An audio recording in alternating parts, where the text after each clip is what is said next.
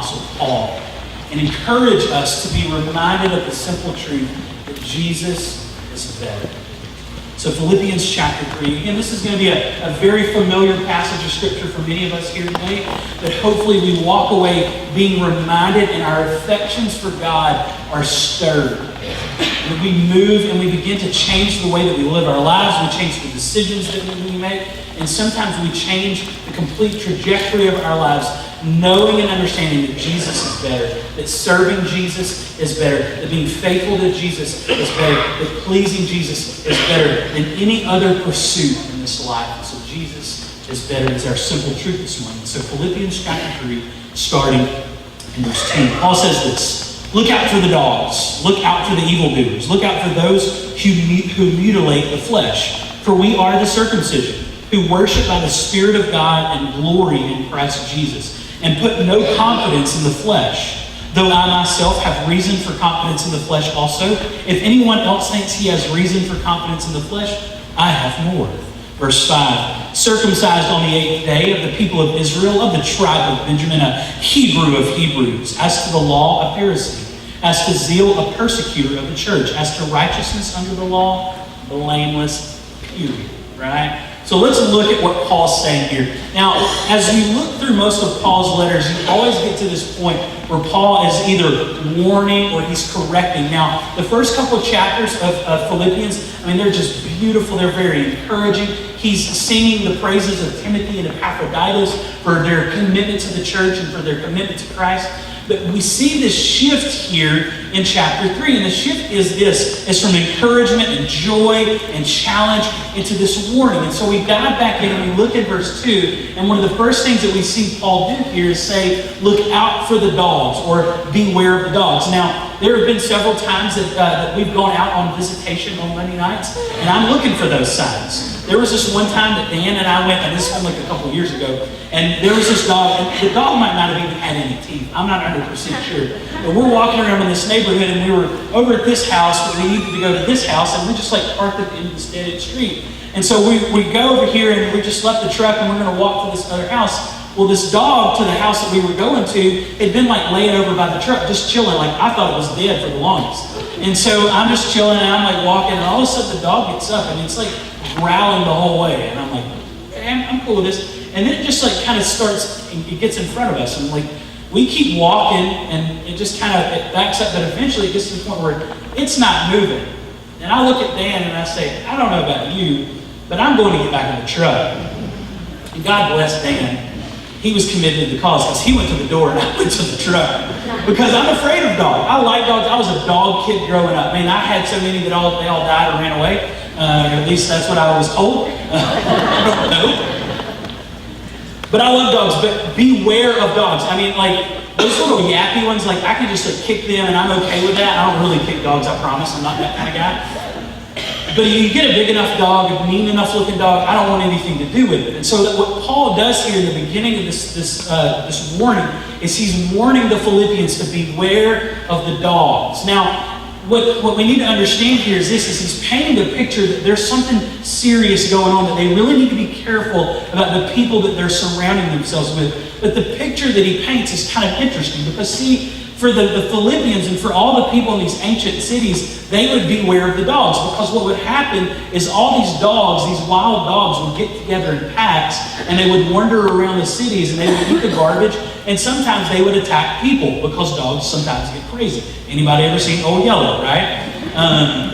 And so he's warning them to be on the lookout or to beware of the dogs. And the reason why is because there's something really serious going on here. There's a serious warning that the people in Philippi really need to heed. And so who is it, or what is it that Paul is warning them about? Typically in his letters, Paul warns his readers, the churches, of what is called the Judaizers. And the Judaizers would come in and they would say, yes, Jesus Christ, he died on the cross, he was buried, and 3 days later he rose again. If you put your faith and trust in him, you become a Christian. But there needs to be something else added onto this Jesus part. That the Jesus part, it isn't quite enough. And so what they would do is they would add on or tack on parts to the Jewish faith. And so it would either be the celebration of the feast, or it would be making sure that you obeyed the Mosaic law. all good things. They would tell them sometimes that you would need to be circumcised or whatever it is. And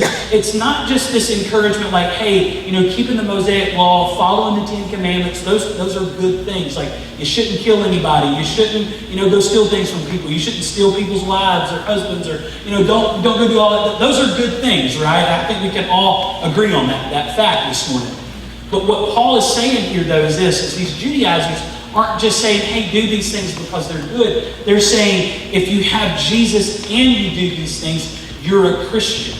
If you have Jesus and Jesus only, then you're missing something. So Paul is warning the Judaizers, saying, hey, be on the lookout, beware of these people who are coming and teaching you falsehood, who are coming and teaching you things that are not true. And the reason why, because you call somebody a dog and you're saying like, hey, this person is like violent and what they're doing is vile and what they're doing is dangerous. I mean, you got to really have something behind it. Like, what's the point of it? And the reason why is this, is because ultimately these Judaizers were saying that Jesus isn't enough.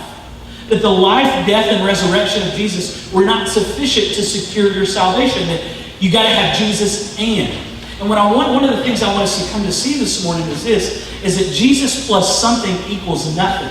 But Jesus plus nothing equals everything. That Jesus is more than enough. He's sufficient. He's more than sufficient. And his life, death, and resurrection was more than enough to deal with your sin, to deal with your past sin, to deal with your present sin, to deal with your future sin, and not just your sin, but my sin, and her sin, and his sin, and her sin, and his sin. The sin of a whole world. That Jesus' life, his sacrifice was more than enough. And so that's why Paul is so adamantly warning the Philippians that you would be on the lookout, that you would be aware of anyone who would pull you away from full and total trust in Jesus Christ. And so he combats that in a couple ways. So what we see is this. Go and look back now in verse 3. It says, for we are the circumcision. So these people... actually, go back to verse 2. Look out for the dogs. Look out for the evildoers. Look out for those who mutilate the flesh. And so these particular Judaizers that are really attacking the Philippians are adding on the circumcision of the Jewish faith, saying you got to have Jesus and the circumcision. And so Paul then says this, and he combats it by saying this in verse 3, for we are the circumcision. And so the first thing that Paul does to really combat this falsehood, to combat this lie, is to tell the people of Philippi the purpose of circumcision. See, for the Judaizers, it was all about what they could do, whether it was to do to themselves or do in and of themselves to earn their salvation. If I circumcise myself, if I keep the law, if I keep the festivals, if I do this, then I'm saved. But what Paul is saying is this, is that circumcision and the law and the festivals, all of these are to point towards something else. Ultimately, we're going to see that the point of the law was never for salvation. The point of the law was to say you can't save yourself and you can't deal with your sin yourself, that you need a Savior. And so what's the point of circumcision? The point of circumcision isn't this physical change that saves us, but it's rather an outward symbol of an inward change, an inward heart change. And so God does the work of changing our hearts. And so then the Jewish people were to be circumcised, not just as an outward sign to say, hey, I'm a Jewish person, I'm good, I'm righteous, I'm perfect, I'm holy, but rather it was to be a symbol of the inward change that God had done in their lives. And so Paul is basically saying this, that these people are not changed inwardly. If they're trying to earn enough and heap up enough good works and enough stuff that they can do in and of themselves, then they're falling flat. They're not going to come through. They're not going to be good enough. And so what Paul says here is this, is that we are the true circumcision. That we as Christians are the ones who have been given that new heart that Ezekiel 36:26 says that God desires to take our heart of stone and to give us a heart of flesh. So we see that Paul combats that by saying that we are the true circumcision, saying that circumcision, the point of circumcision, was to be an outward sign of an inward change. But the other thing that Paul does is this. He's saying this.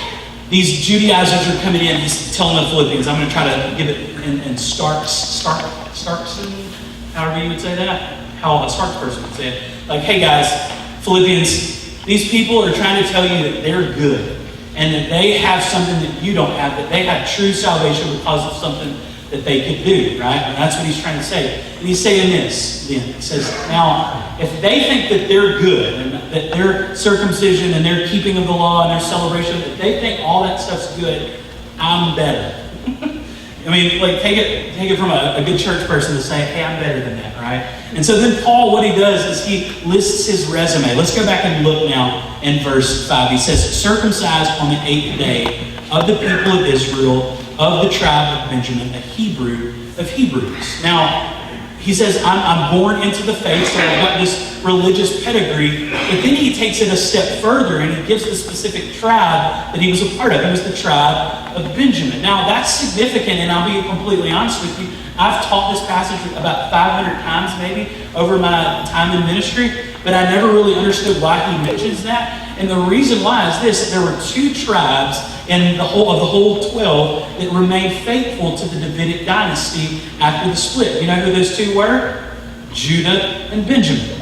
And so that's why he then says a Hebrew of Hebrews, that all those other tribes, they didn't remain true to the Davidic dynasty. They didn't really remain true to the covenant that God had made with his people. And so here I stand as a man of the tribe of Benjamin.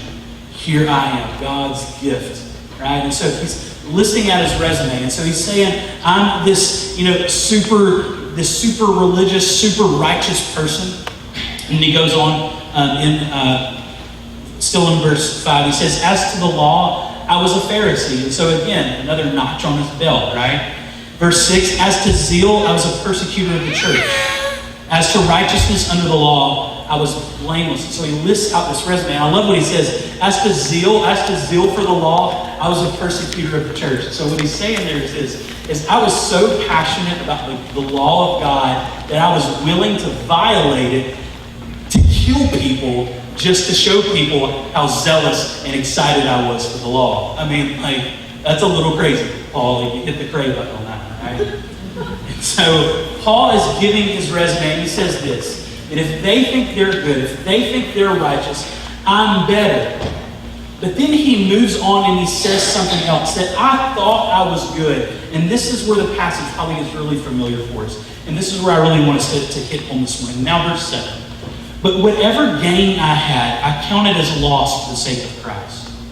Indeed, I count everything as loss because of the surpassing worth of knowing Christ Jesus my Lord. For his sake, I have suffered the loss of all things and count them as rubbish, in order that I may gain Christ. And so Paul had been stacking up good works. He lists his resume. He says, I'm good. I'm a good person. You ever heard anybody say that before? I'm a good person. I go to church. I do this. I give money to this. I do that. I don't do this. I don't do that. We hear people say that. People say that all the time. But Paul said something. He said, I had this experience, this encounter in my life where I came to this realization where my eyes were open. They were closed first, but then they were open. And what was that experience? It was that road to Damascus experience where Paul is confronted by Jesus Christ.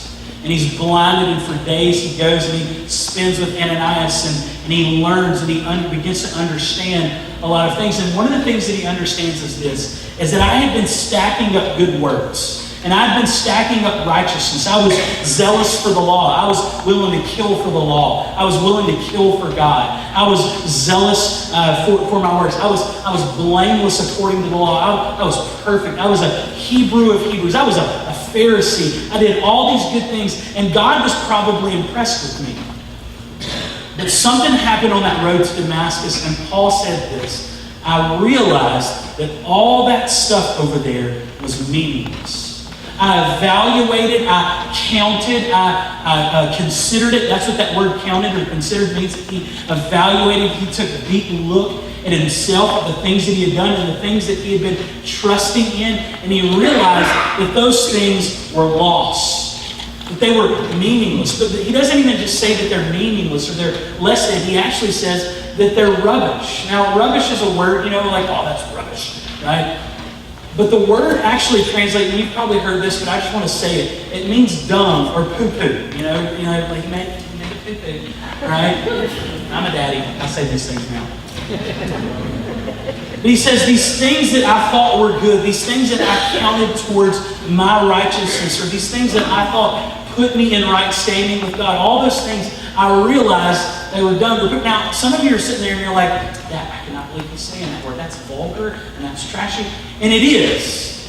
But Paul is very specific for that reason. And the reason why he gives such vulgarity in it is because he wants to show us the worthlessness of life apart from Christ. That life apart from Christ is as meaningless, as pointless as a steaming pile of human waste. And here's the thing though. Paul thought for so long, Paul thought those things were good. Those things are going to get me into heaven. Those things are going to keep me in right standing with God. Those things are going to keep me having this power and this authority. But something happened, and that something that happened was that Paul met Jesus Christ. And one of my questions for you this morning is this, is have you met Jesus Christ? And have you come to see and understand that he's better? Because let me just throw this one out there, and I'm not like point fingers at all, because if anything, I need to point fingers back to myself. That there's some of us here this morning that think, I've got it all together, I've got this neat, tidy little life, and we're not trusting in God. Because that's exactly what Paul was doing. Paul was a church guy. Paul was a church kid. Yeah, I don't know if y'all used to do this here or not, and I meant to go to my parents' house and get them. Did y'all used to do little pins that you could like get for if you didn't miss Sunday school for so often? Did y'all used to do that here a long time ago?